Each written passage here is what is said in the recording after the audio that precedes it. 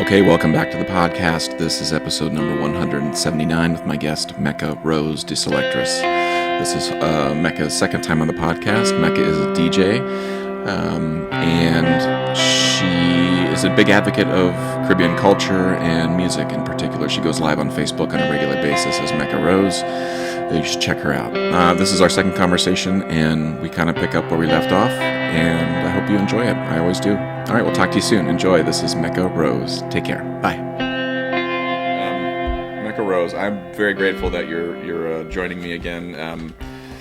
I wish that we had lighter stuff to talk about, but I have some questions for you, given the news of what's been going on, if you're willing to talk about it. But before we get into the intense stuff, I want to know about your snake.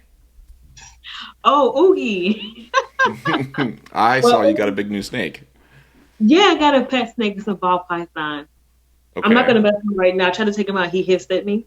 Oh, okay. That means leave me alone. So I'm going to leave him right where he is until he feels like being social. But next time I'll definitely I'll bring him on camera. I was trying to take him out just for this. And he was like, and I was like, okay, you got to be. It's 2020. Even your snake is a little bit like, listen. Yeah, even he's like, leave me alone. So, like, all right, so are snakes a common pet? Like how did you get into snakes? Well, when I was married, me and my husband had a ball python and a boa constrictor. And it was cool. I like pets. I like animals. Mm-hmm. I do too. I love animals too, but not that snakes aren't animals. I don't think of a snake when I think of an animal I want to have in my house, but that doesn't mean anything. That's just me. I understand it's odd. I don't know. When I was married and I had the snakes with my husband, mm-hmm. It was pretty cool. They were like super, super low maintenance. Mm-hmm. And I don't know. I just like them. Do they have personalities? Like, I like dogs. I have 2 dogs, and they have individual personalities, and it seems like they have empathy towards humans, or they at least care. Like, they can sense when we're upset. Like, I've never been with a snake long enough to observe that. What are they like? He just chill. This one, he just chills. If he doesn't want to be picked up, he just hisses, and you just know to leave him alone. And I take him out and hold him and have him on my lap, whatever, and he's just chilling. Awesome. How long do snakes live? How like ball pythons? I'm not sure. This one is a baby. He's he's maybe about that big. And what do you feed him? Rat pups. Oh, really? Oh, do you have to? Where do you buy those? Go to the pet store that sells rat pups and get them. So there's pet stores that actually have snakes. Mm-hmm. And they sell rat pups, and yeah. So since he's a small one, he eats rat pups. As he gets bigger, you gotta feed him the regular size rats. Rats are more nutritious for snakes. Oh, I'm sure. Yeah, they're just a big ball of protein. Yeah, more than mice. It's a difference. Like, it's like weird, but there's like a difference. Like the rats are more nutritious than mice. Yeah, I remember when I lived in New York, when I moved there for the first time, we had mice in our apartment, and I was like, oh, this is what a New York mouse is, right? And then you go down in the subway, and you're like waiting for the subway, and one runs between your feet, and you're like, oh, that's not a mouse. That's like a small dog that just ran by me. Yeah. So I heard, and I was afraid of that because when I was in New York a couple of times last month for like gigs and stuff, and I went into the subway just to look because I heard about those big like rats that are the size of house cats. Mm-hmm. I wanted nothing to do with it. So I was like, we just see what the subway looks like, and then be out. I actually want to experience the subway. I just want to see it, and then I was out.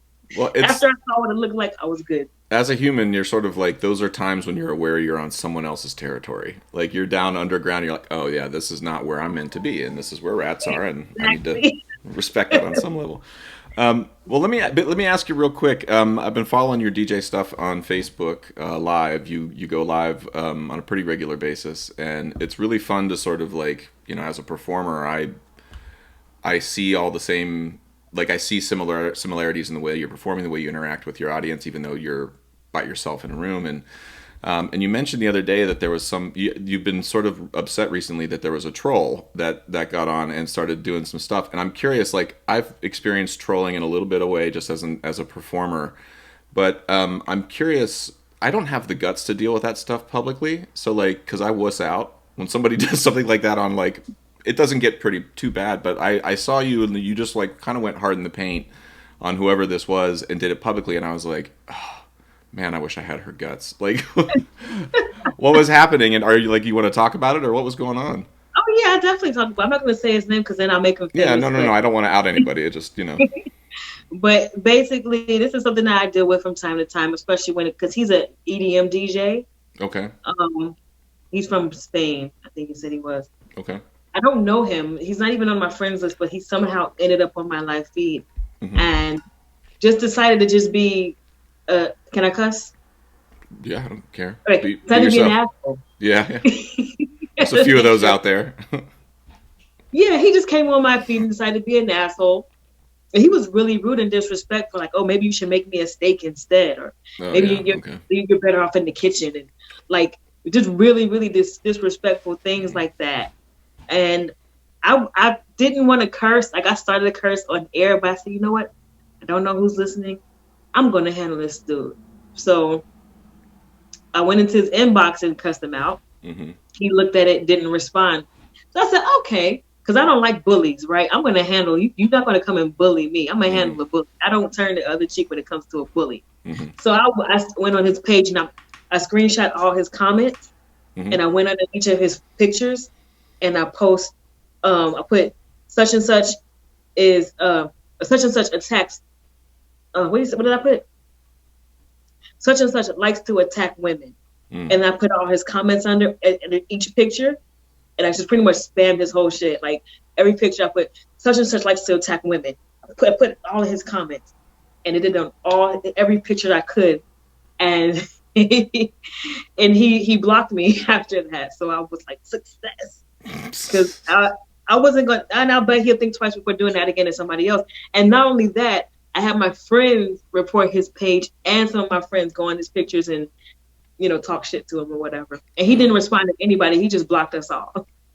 So, yeah, it was pretty cool. So I don't like bullies. There's no reason to be a jerk and not be nice. But, that was for no reason. I don't know this guy. Yeah. I don't know who he is. But I mean, how do you... What's that?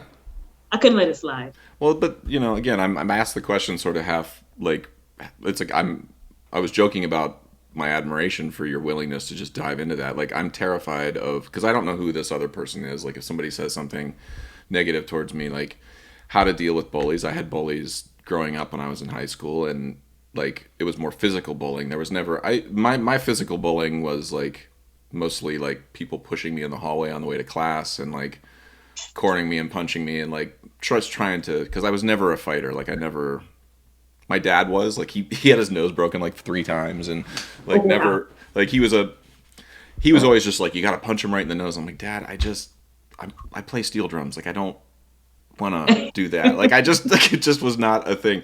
But I think that's carried on to my adult life. I'm now 41, and the minute somebody, like, you could have 300 positive comments and there's one person who's like, well, I don't know that you have the authority to do that. And I'm just like, and I just crumble in insecurity. And I just want to say I'm inspired by you, and I'm going to try to be better at just bopping online trolls on the nose and being like, no. Yeah. I mean, it comes from, I'm short. Okay. I'm a small lady, and people tried to bully me growing up all the time, but I have my dad. He's really tough. He's now a 10th degree black belt in Okinawa Shoei Ryu karate. And wait, say that one more time, way slower, so I can keep. I'm sorry. Now he's a 10th degree black belt at Okinawa Shoei Ryu. It's a type of karate. Okay. And so growing up, he was a sensei, and he made us do karate. I was in tournaments and I was fighting all the time, and he would do demonstrations, and he would break these big cinder blocks. The ones they build with buildings, but he would break them with his head. But it was like a tap and it would just fall apart. Like, it was weird. But then he would have me kick bricks in half. So growing up, no, people didn't really know I knew how to fight because I was very quiet about it, but they tried to bully me. Mm. And I wasn't one with words to go back and forth, but I would fight, like fist fight a lot because people, I'm short, I look like an easy target. They just didn't know I could fight. So I dealt with bullies a lot growing up. My response as a kid was always to fist fight Mm. because it was usually physical. So it always ended in fist fights. And as an adult, I don't like jail. So I hear I you. never been to jail, never Mm. want to see in jail. So Hmm. as an adult, I understand I got too much to lose, Yeah, and yeah. no, and I don't want to. I don't want to go to jail. So I'm learning to use my words to tear people Mm. down instead of fist fighting because that's not okay for someone my age. I'll be 37 next week, and I can't be fist fighting. I got so much great things going on for myself. I don't have a police record, or anything like that. So, and I'm Yeah. not going to start now at 37 years old. Right. So, as an adult, I had to learn how to use my words and get creative and think, how to think. Okay, take a step back. Okay, think how you're going to handle this, Well, and then handle it that way. at least now you're getting you say that you're getting more comfortable using your words, but at least you can still fight if you need to. Oh, yeah, I can still fight. I've only gotten better at using my words, and it's like I feel like we're entering into this new era in America where we're gonna have to, like, physical violence is always a threat, and I'm just sort of like, well, I never figured that out, so I'm gonna hide in my room and just be like, can't we all just talk? So, Yeah, and you know what? And physical violence is getting more to be like a reality, and I don't want to have to fight, yeah. but I will, and I don't want it to be that. I'd rather avoid violence. I spent so much of my childhood fighting. I don't want to fight. I'd rather just be peaceful, but people push you, What and then you can't let them, or they'll keep pushing until I, you push back. I So forgot it's one you. of those. I forgot you had Japanese descent as well, and that, like, Yeah, and just what little I know about martial arts. I've only taken 3 jujitsu classes, but I follow fighting, like the UFC and mixed martial arts, pretty closely. And they none of them are violent people. I mean, there's a few exceptions that pop out, but there's like 500 people on the roster, and I know a lot of them. I follow a lot of them. First of all the women are like 5'2", and they're total murderers. But they're definitely. like, but the violence is like it is the tool that you use thoughtfully, and you use it actually Yeah. less than any other tool in your arsenal as a person, and It that's is what because I've gleaned from it. when you know you can kick someone's ass, you're like, you know what, just leave me alone. I'll fuck you up. Hmm. And you try to give them the people that space to leave you alone, and then you do it. You fight as a last resort because you don't want to have to do it. Especially in this age, everybody's pulling out their phone. That's evidence. Like, don't want people recording me Yeah, I beating know. somebody up. Like, Yeah. no. So when you know how to fight, you're less likely to. And that's the other thing with martial arts. Martial arts teach you patience, and how to Hmm. avoid and use violence as a last resort. So that's the thing about martial arts. But um, I'd rather not fight. I'd rather find another way, and I'll Hmm. fight if I'm back against the corner. And if Yeah. I'm put in the corner. So Well, let me ask you. I mean, I was trying to sort of think of, like, where we left off. It feels like we talked like 9 years ago, and even though it was like within this last 6 months we spoke, and yeah, but so much has happened. There's so much stuff. I feel like every day is a month, and in terms of the fire, like you're drinking out of a fire hose with the news, and like you get upset about one thing, and then there's another shooting, then there's another shooting, and then a Supreme Court justice dies, and then you're fighting in the politics about some precedent that the Republicans are now breaking, and then Breonna Taylor's thing comes out about, yes, there was everybody says one officer's indicted. I read that and I'm like, okay, at least there's something, and then you read it's only because the neighbor was put in danger by what happened, and it's like the neighbor's wall got more justice than. So I. exactly. So that the officer was charged for the bullets that missed her. Right. And When you put it in perspective, that's what it is, and it's really fucked up. Like, you took a person's life. Like, death is final. You can't get that back. And the officer was charged for the bullets that missed her. it's it's a weird moment. I mean, I under Yeah. So anyway, I don't I don't have a question other than like Mecca, where do you want to pick up here? I mean, I've been thinking about you personally a lot. That's why I've been texting you everyone. Like I don't want anybody. I don't want anybody, especially somebody I'm getting to know like you. Like I'd far prefer us talk about Nintendo games for 4 months if that was a better way to build a trust with each other. But I also, you have a valuable opinion. You have insight into this very particular issue that this country's dealing with, and you have insight that I could never have. And I feel like, in general, I'm terrified to ask anybody about anything unless I know them, and I know you. And so I want to ask you because I know I can say something stupid or off base or ignorant, and I would hope that you're not going to throw your snake through the Zoom screen at me. But like I said, we can have this conversation, and it can take 5 years to get to anything real. I don't care. My point is, I want to ask you sort of like what have been your reactions to because I know your brother was killed by cops in an unfortunate accident. That I wasn't there, but just from what you told me was just pure chaos. And now I'm seeing this other family, and I'm imagining for myself how I would feel if somebody kicked in my door mistakenly, and X, Y, and Z chaos ensued. So, like, where's your head been with this stuff? I'm so numb. Like I don't even. You get so used to it. It's you don't know how to react anymore. I'm not surprised. If she would have got a fair trial, that would have surprised me. It's just my head right now is just like, when does this end? Where does this stop? When do people not like this? We're human beings. We're people. When they killed Breonna Taylor, they didn't just take a life; they destroyed a family. And the fact that these plainclothes officers were able to kick in this man's door.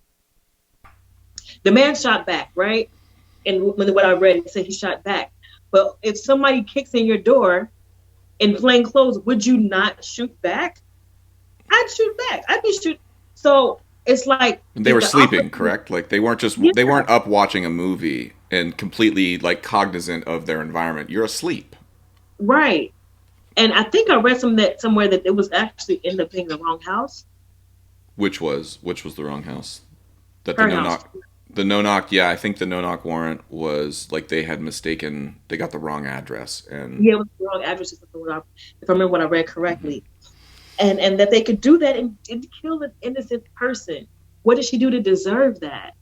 Like it's crazy. Like I don't even. I'm not surprised. It's just crazy to me that with so much evidence against those officers that they still got off. And it kind of sends a message to the officers like, hey, you guys can do whatever. Kill as many black people as you want to, whatever. You'll be fine.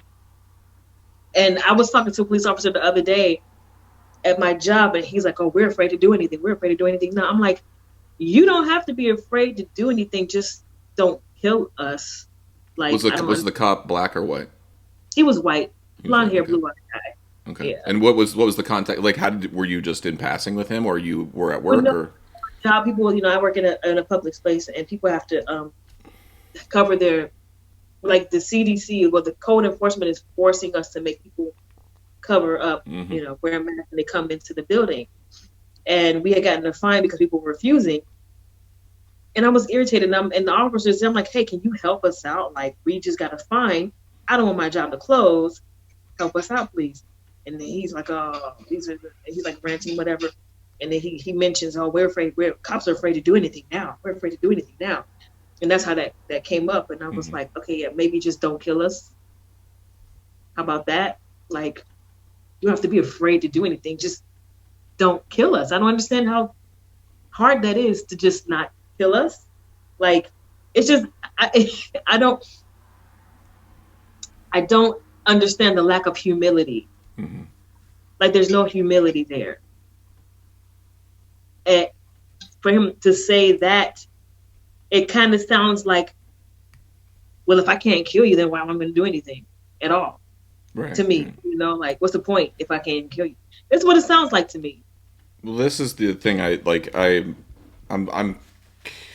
Well, let me. I mean, again, like I have thoughts and opinions, and none of them are fully, completely formed yet. So, like, I don't. I would just be saying something that I'm making up right now. But like, I just want to keep asking questions. Like, well, what we just talked about, like, violence is like. I'm with you on that's the last resort, as if at all possible with society. Like, what do you feel are some of the like? Let's say this answer is going to take. It took us 400 years to get here. It's going to take us another 400 years to get out of it. And I'm not going to be here to see the end result. Neither will you, Right. and neither will your grandkids or their grandkids. You know, this is going to be. Let's say like this is not a solution that any of us are going to see in our lifetime. Let's just maybe swallow that pill. That's that for me. Quite frankly, that's the thing I'm having. That's what keeps my inaction, my inability to deal with a problem, is when I feel like I don't know where the problem is, or not. Just are we talking about a 6 year problem, or are we talking about something that I need to get done by 9 p.m.? Like those are two. That's two Yeah. different mindsets for me. This one, I feel like everybody wants the answer to be by 9 p.m., but we're. I think it's going to be 9 p.m. 400 years from now. So I'm like between you and me. Like, what do we do? What's the step that everybody needs to take to help each other understand at least the base level thing that you're saying, which is we're humans. I don't think everybody even. I don't think anybody. I don't. I think most people would agree with you, but I think most people just haven't even heard that needing to be said. Like I think there's just an ignorance to that idea that that's even a thing. You know, Yeah, still. and there's a huge ignorance problem. Like we have a lot of things. We as Black people have a lot of things working against us. First of all, we got the media constantly Mm. portraying us as thugs, as whores, as violent, as just all these negative stereotypes. I've my hair is dreaded. I've had dreads for about 20 years. Hmm. One thing I've dealt with constantly is discrimination because of my hair. They assume that I smoke weed. They assume that I'm difficult. They assume all these things. And really and truly, I just like everything natural. I like my natural hair. I like the way it grows out of my head. There's nothing wrong with my hair. I don't like fake hair. Mm. I like my real hair just the way it is. And people don't see that. They look at me and they see something negative. And that's what that's where one of the places where we can start, because if we can change the narrative and have honesty instead of these stereotypes, Hmm. then people may change their mind and see our lives as worth it. Because when we're constantly portrayed as violent, as mean, because don't get me wrong, there are violent people, mean people, ignorant people Hmm. in the Black race, but that's in every race, right? But for some reason, people think that Black people are inherently bad, but there's no really real proof of that. They just take the bad ones and be like, look at this one, he's a criminal. Look at this one, she's a whore. Look at then that's what, and they put those bad ones in the forefront, and so then everybody thinks we're all like that, and that's the problem. So then in their minds, our life isn't worth it. So that's the first. That's one of the. That's probably the main, because everything that's done, the damage that's done has all been psychological. It's a subconscious attack.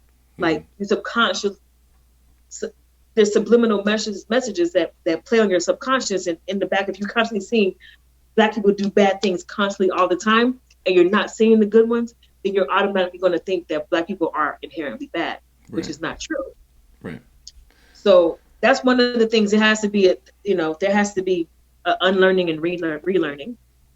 There has to be justice. We want the same fairness that anybody else would get. Hmm. When there's a crime. If a Black person is murdered, the person, whether they're white, Black, Asian, and whatever, they should get the same penalty. Hmm. Like the what's her name? That actress, I know you're she the Lori Laughlin. yeah, she paid that money for her kids to go to the school and lied and everything, and she pretty much got off. Well, she gets to Like choose where she goes to prison. I think. exactly, she got a slap on the wrist, and she's not going to be there for long. But there wasn't a mother. She sent her children to school. And there's a black mother. She sent her school. She lied about her address to send her school to her kids to a night school in a different district. And she got, I think it was 15 years, something like that. Money talks. There's no fairness. Then there was an athlete. There was one athlete that it was both college athletes, the white boy and the black boy. The white boy raped a girl behind a dumpster, and the judge decided to slap him on the wrist. The black boy raped a girl and got a correct sentence that he should have gotten, but the white boy didn't get that sentence. He just got slapped on the wrist because the judge said, "Oh, well, what do you call it? Affluence or something like I can't remember. Affluenza, yeah. Something like that." He was Affluenza, like, oh, yeah. It's the affluent defense. Like something like, yeah. I was too rich to know that I was doing was exactly bad. That's what it was, and so there was no fairness. They both did the same crime, Right. and that's another problem. Like we don't get fairness.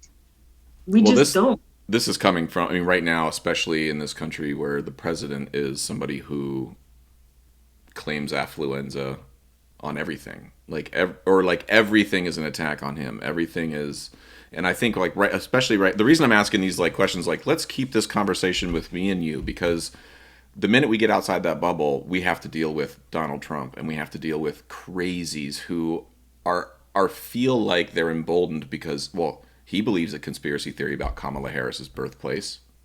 So can I. It's like we can't even, like, it doesn't, there's crazy talk out there. So like for me, one of the things, like I just want to ask you a question, like, when people say abolish the police, what is that, when you hear that phrase, what does that mean to you? I don't think the police should abolish. I think I think they should be demilitarized. First of all, why do you need all that for civilians? Then I think they need to be retrained, because for some reason they're somewhere in their training. They're being trained that if you see a black person, kill them. Like there's something in there. Like it has to be. There's no humility. Like I just watched footage of this white guy that killed 2 police officers, and the officers, he's resisting. They're like, get out of the car, and he's like resisting whatever. If it was a black guy, oh yeah, that resisted, he would have been dead. And that's just the truth, whether you like it or not. It's just what it is. He wouldn't have had a chance to fight back. As soon as he started to fight back or said, no, I'm not getting out the car, they would have lit him up with bullets. It's one of the. It's one of the things when I see this, like I was in Kenosha after Jacob Blake was shot, and they had there were some protests, and that kid Kyle Rittenhouse showed up with that long gun, and I think to myself, like I'm hard pressed. I would be hard pressed to believe anyone who thinks that let's say instead of Kyle Rittenhouse, that was Trayvon Martin. Right. Like I really would love to sit with somebody for a very long time and talk to them and find out why they think no, it'd be the same thing. Like Trayvon, he has the right to do that. It's like, well, you're right. Technically, the Constitution allows Kyle Rittenhouse the same ability as it does Mekka Rose to put a gun on your chest and drive to drive to Kenosha, Wisconsin, and walk down the street towards a tank. Like, and yes, technically that's true. You both can do that. But we live in a world where there are weaknesses within. We're humans. People make decisions that are like the people in that tank made a decision to let him go and offer him a bottle of water. Yeah. Like, and I just like we can't say that. We just can't say that the results would have been the same, and we would just know that that's true. It's like, yeah. The evidence doesn't bear that out, really, in terms of, and you can't be surprised when people are taking to the streets. Like, you can't be shocked when, like, just put yourself in the position. Imagine if I'm here in Manchester, Connecticut, the cops kick my door down because they think I have drugs or whatever. They shoot me and my wife because I have a gun, and I wake up and I'm in my underwear freaking out because people are screaming and yelling, and there's flashbangs going off, I imagine, or whatever, and I shoot to defend my family. If the only thing that happened was my next door neighbor got his window replaced, like, And that's what the court system was like. We shoved it all through the extruder of the court system, and what they pooped out was this guy's drywall gets replaced. You know, like Yeah. I know I'm sort of being reductive here about like yes, that hopefully that policeman does serve some sort of punishment, but it's like you just can't be baffled as to why people are baffled. That's my point. Right. And then with the riots, you can't tell people how to be mad. Yes, riots shouldn't end. Protests shouldn't end in riots, but arrests shouldn't end in death. So it's like you can't tell people how to be mad. People are. This is not new. This has been going on for a long time. So at some point, you gotta expect some pushback. Gotta expect people to get tired. I mean, Yeah. that's what it is, you know. Well, let me ask you the one of the things that you know again when I think of my the times in my life I've been the most insecure about asking someone else about something from their culture that I maybe am just ignorant to. I think about when I was in college and high school and my friends that you know Cliff Alexis, who was an older gentleman from Trinidad, but like he was the one who taught me about like black barbershops, like the idea that that there even needed to be black barbershops versus white barbershops. And he took me there and sat me down, and I would sat in that place for 2 hours while he got his hair cut for about 6 minutes of that 2 hours. And because Cliff didn't need a hair, I mean, he needed to get cleaned up, but it was a social moment. It was a way to talk about the news. It was the way to talk shit about your neighbor. It was all of the things that you do. And then I sort of was like, oh, crazy, okay. And then 6 years ago, I met someone in Brooklyn who had this amazing weave, and I didn't know what a weave was. I mean, I knew that. I was like, okay, no one grows that naturally. That doesn't sprout out of someone's head naturally. But can you talk to me? And like, she was like, oh yeah, it's woven in, and that's why it's called a weave. And there's all these things. The hair mostly actually comes from India. And it's like, wait a minute, what? Like, and I'm learning all this stuff. Anyway, just like I kind of wonder, Mecca, like if you're like, what is it I don't know? Like, what are like? Let's step back from the really intense stuff that I think is going to take 400 years to figure out. And I want my mom or my uncle or my friend from high school who just because of where they were born, never come across a black person, and are now being called a racist and all these other things in social media and in the news because of where they live. They're freaked out. They don't want to ask the question because they don't want to be called a racist. They don't want to be called a bigot or an ignorant white person, any of that stuff. Yeah. Like how would you feel comfortable? I'm stumbling all over myself. Like how would you feel comfortable having a discussion with a total stranger like myself? Like how do you feel like that conversation can and should happen? Well, me, I don't mind the questions if it's, you know, because like you care. You want to know. You You'll cut out there for a second. hang on. There Hang you on, go. something. Can you hear me? Mm-hmm. Okay. Got a call. All right. So you care. You understand. You want to just understand. Your questions don't come out of. They're not rude. It's just you just want to understand. So I don't mind. It's the energy behind the question. Because I've had people, you know, white people be like, "Oh, well, how do you put this with my hair? How do you put this in?" I'm like, "You don't. I grow it." There's one lady in particular, and she's like, "You grow it?" I said, "No, this is my hair." She's like, "Really?" I'm like, "Yeah."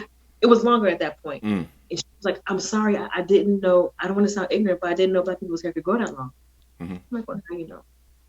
But she asked, and it was the energy behind the question. It wasn't rude, it wasn't mean or anything. She just genuinely wanted to know, Mm-hmm. you know. And so I don't mind the questions because it gives an understanding. So anything you want, any black girl questions you want to ask me, go ahead and ask me. I'll answer to the Oh best well, of no. my Okay, well, let me ask you that. I'm going to ask something that I have heard. You know, I hear other. My observation on the outside is I see mostly men, but I would say like friends. You know, I see a lot of shit talking about skin being ashy, Mm. and like there, and it's done and often done in jest, and sometimes it can get.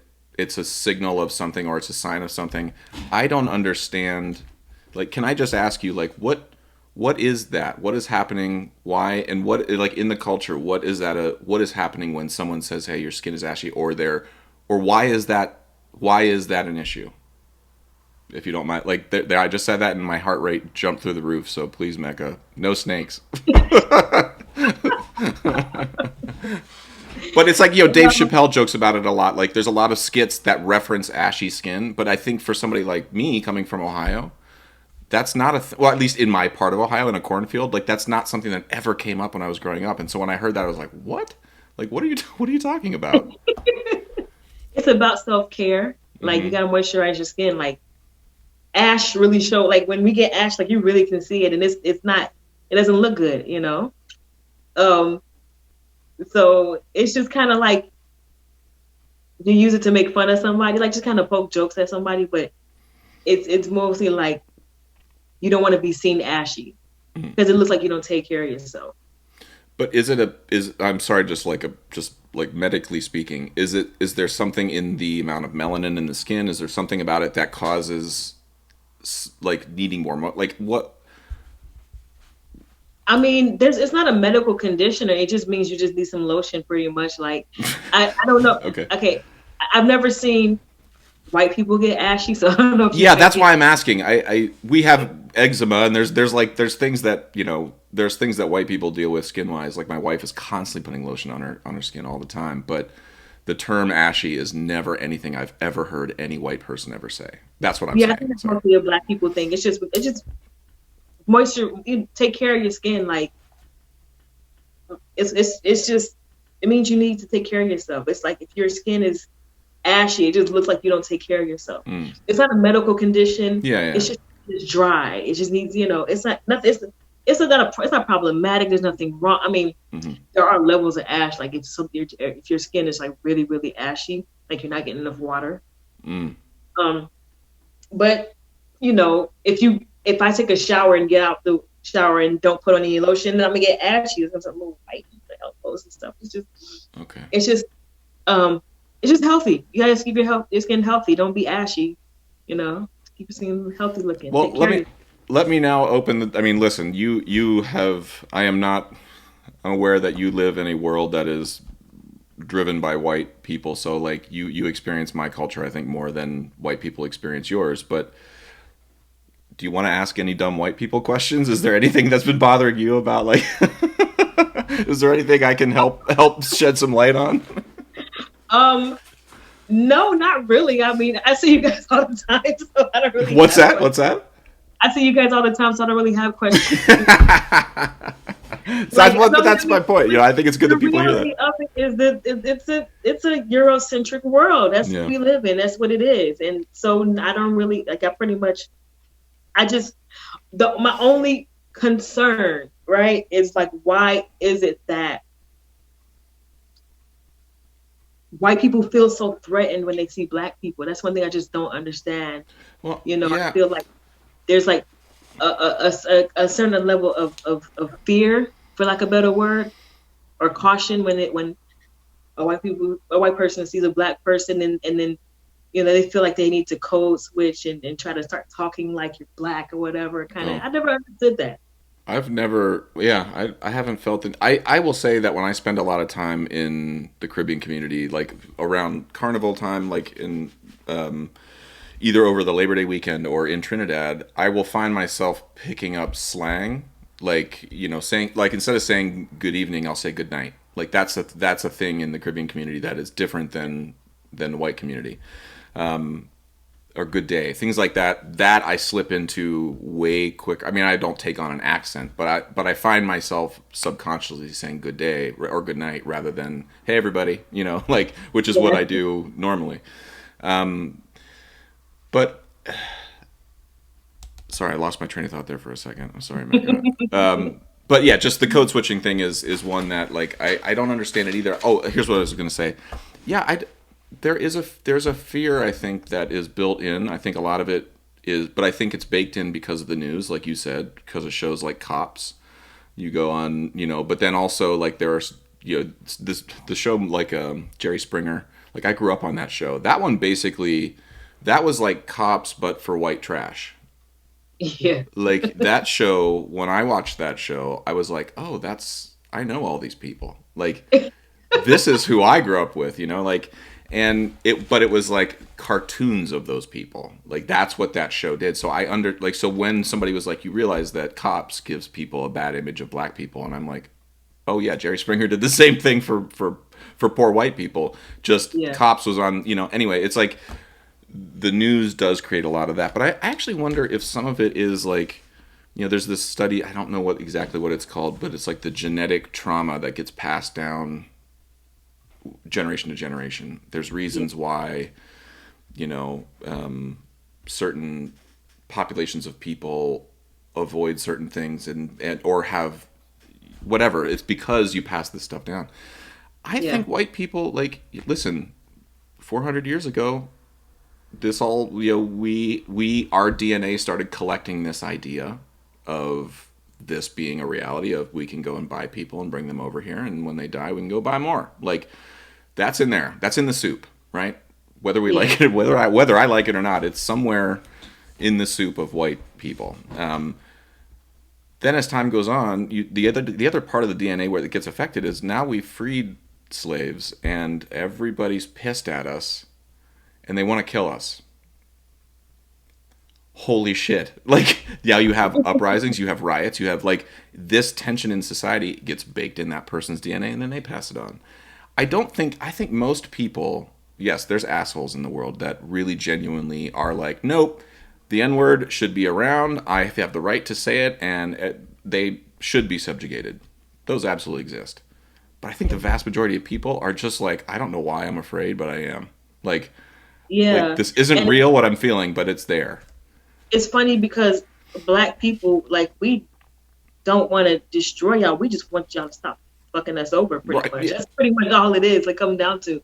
Like, we're not trying to, we know what, we're not trying to bring y'all any harm. We just want to be equal and in fairness and justice and things that you guys Mm-hmm. get to have, that every human being should have. We're not seeking out to destroy you guys or anything like that. And that's the thing about it. Like, when you see that fear, like, if I see a white person and I see that and I notice that, because you can pick up on that kind of thing. Mm-hmm. They act differently to it. And I'm like, why are you this way? We've never shown that we wanted to retaliate. We just want y'all to stop, you know? But it's Yeah. getting to that point where black people are like, okay, now it's time to retaliate because y'all won't stop. And that's what it's getting to. Mm-hmm. But it's never really been that. It's just like, hey, leave us alone. Mm-hmm. So that's why the confusion is like, why, but we don't understand where that fear comes from, because we just want fairness. Yeah. I guess what I'm saying is I agree with you. I think I don't know. I wish I knew exactly what it was that I could say to kids I went to high school with, or, friends of mine who say something that doesn't understand or isn't taking into account the 15, all of the things going into what's happening, into this big messy cake that we're currently baking in. Like, I knew what the answer was. Confrontation and screaming at somebody, in my experience, has very rarely changed a mind. What I know what's changed mine, I know what's changed my worldview. It wasn't somebody calling me a piece of shit. It was somebody being like, sit over here and shut up. Just watch this for 2 seconds. You don't need to feel anything other than observe. Shelley George telling me about what a weave was another thing of, like, her being honest with me and just telling me all the details of what's going in. It's like, oh, my level of respect for people who have elaborate weaves, Mecca, actually, like, quadrupled after I spoke with Shelley, because I was like, holy crap, you sit in that chair for how long? You were there for 6 hours?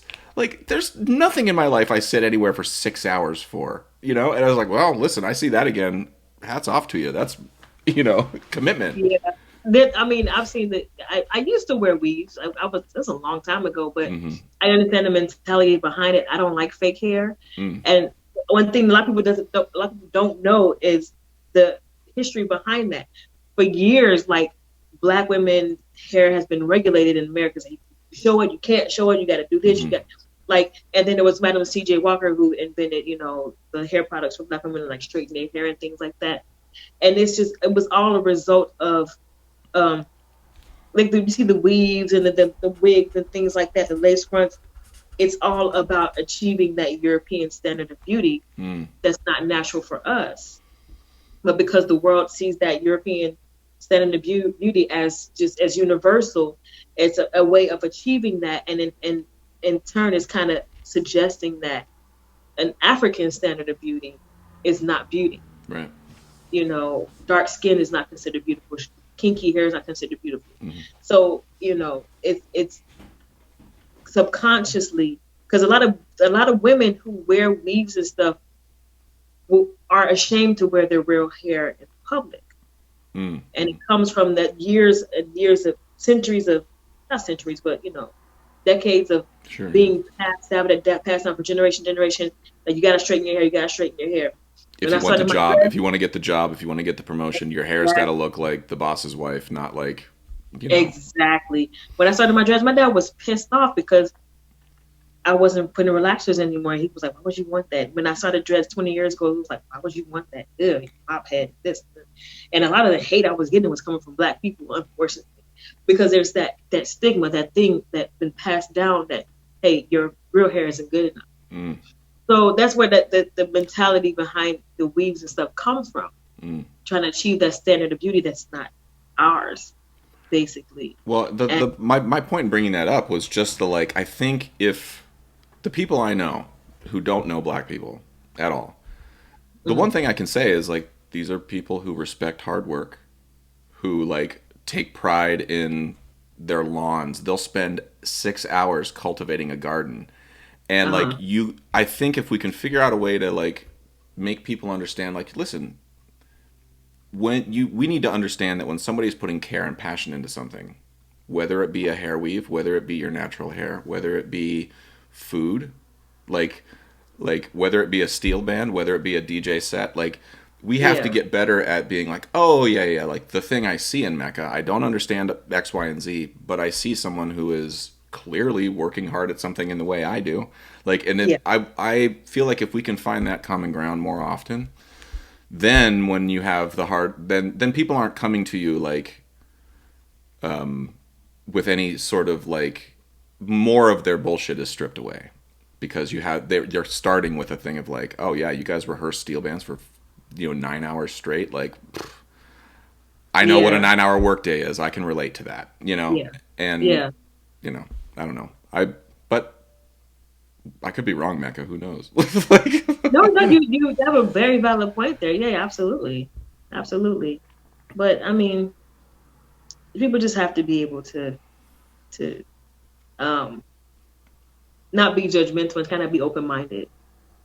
What it comes down to. Well, let me do this. I gotta get my head around this class I'm coming up on teaching here. And Mekka, this is, my door is always open, and there's no pressure to come on and chat, but I find these illuminating, and just really, my blood pressure comes way down when I get off of social media and I hear everybody saying what everybody should be talking about, and then I have a real conversation, and I'm like, oh, yeah, this is what I should be doing, and I wonder, Mekka, if, like, we could challenge each other maybe for, like, in the next 6 months. So we're gonna pretend that we're all still here after the election and we haven't moved out of the country yet.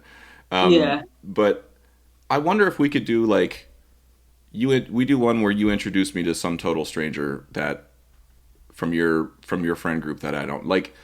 We have to start talking and building larger friend groups, and then I'll do the same. I'll invite one of my high school buddies who I know you'll like, but who has never met anyone from another place. Let's do that. I love it because it brings an understanding, and that's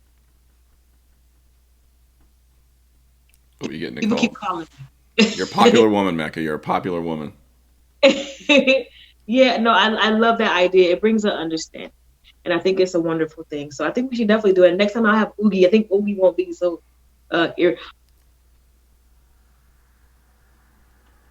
That's what Oogie didn't eat.